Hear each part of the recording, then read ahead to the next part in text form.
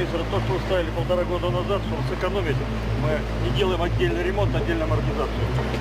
Совмещение сэкономить. Такая ситуация, надо посмотреть здесь, поработать.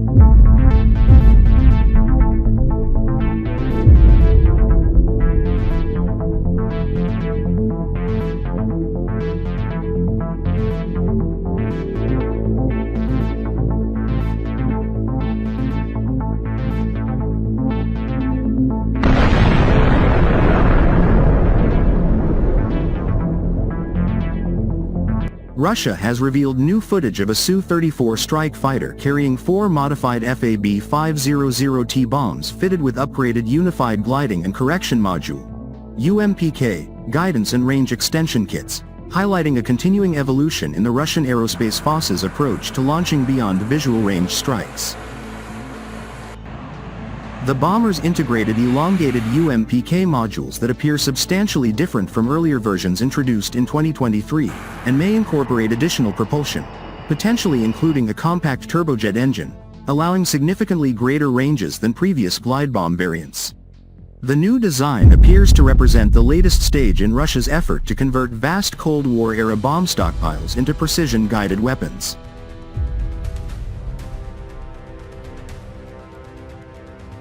Russia's glide bomb program has for the past 3 years been one of the most important developments of the conflict in the Ukrainian theater. Rather than relying exclusively on expensive purpose-built precision weapons, Russia has adopted a comparatively low-cost approach by fitting conventional FAB series bombs with guidance modules, deployable wings and satellite navigation systems. This has enabled the Russian aerospace forces to deliver precision strikes at a fraction of the cost of dedicated cruise missiles while making use of enormous inherited Soviet bomb inventories. The appearance of a Su-34 carrying 4 upgraded FAB-500T weapons also illustrates how the Russian Air Force has adapted its operational doctrine. Early in the conflict, Russian tactical aircraft frequently operated relatively close to the front line while employing conventional free-fall bombs. A shift toward standoff employment, with aircraft releasing glide bombs from well outside the engagement envelopes of many air defense systems, has been a leading contributor to reduced attrition rates in the fleet, allowing bombers to engage targets from extreme ranges, often over 70 kilometers away from their targets. The first unified gliding and correction modules allowed bombs to travel 40 to 50 kilometers when dropped from altitudes of 10 to 12,000 meters, before this range was later increased to 80 kilometers. In October 2025, the deputy head of Ukraine's main Directorate of Intelligence Vadim Skibitsky revealed that a new type of glide bomb had demonstrated a range of 193 kilometers. He stressed that this could fundamentally alter the dynamics on the front lines, and was a game-changer for the ability of aviation assets to launch low-cost mass strikes on targets far deeper behind the front lines. The bomb referred to appeared to be a recently unveiled design with a rocket engine.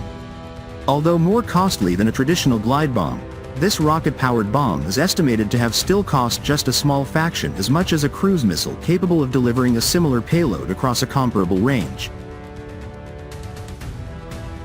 The UMPK functions similarly to the American JDAM-ER concept by transforming unguided bombs into precision glide weapons. Russia's glide bomb program has expanded well beyond the original FAB-500. 500-kilogram bombs, with UMPK kits having been adapted for heavier FAB-1500 and FAB-3000 bombs, significantly increasing destructive power while retaining precision guidance. These heavier weapons have proven particularly effective against hardened fortifications and underground facilities.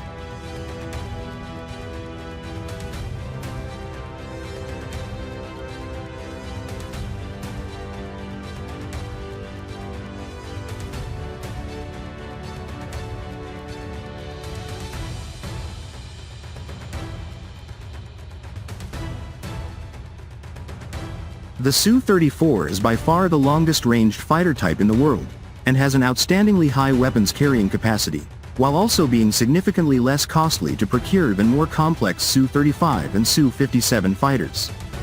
Beyond service as a strike fighter and direct successor to the Su-24M, the Su-34 was also intended to replace Russia's primary close air support aircraft, the Su-25, an analog to the American A-10, while also potentially replacing the much larger Tu-22M3 bomber in service.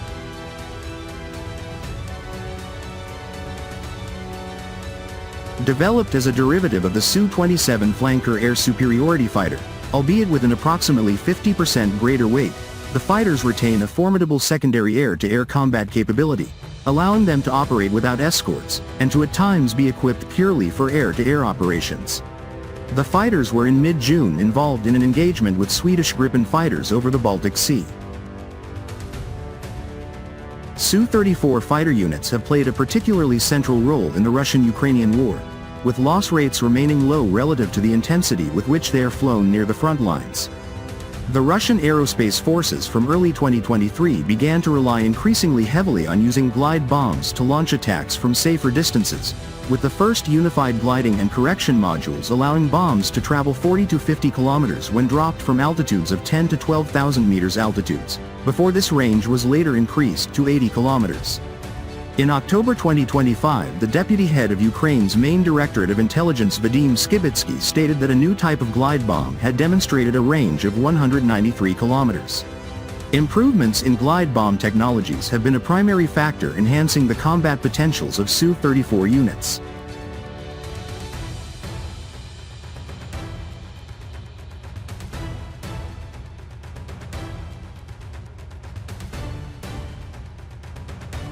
Ukrainian frontline personnel speaking to various Western media outlets have widely singled out the effects of glide bomb strikes, stressing that these were obliterating their underground bunkers.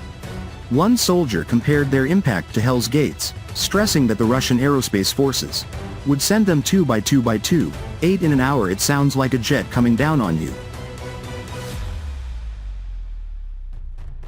These strikes have been a primary contributor to the extreme casualty rates suffered by the Ukrainian army's frontline units, which had in several cases approached 80 to 90%. Russia is expected to continue to procure the Su-34 on a much larger scale than other fourth-generation fighter types, with Su-57 fifth-generation fighter production expected to be brought up to a similar level.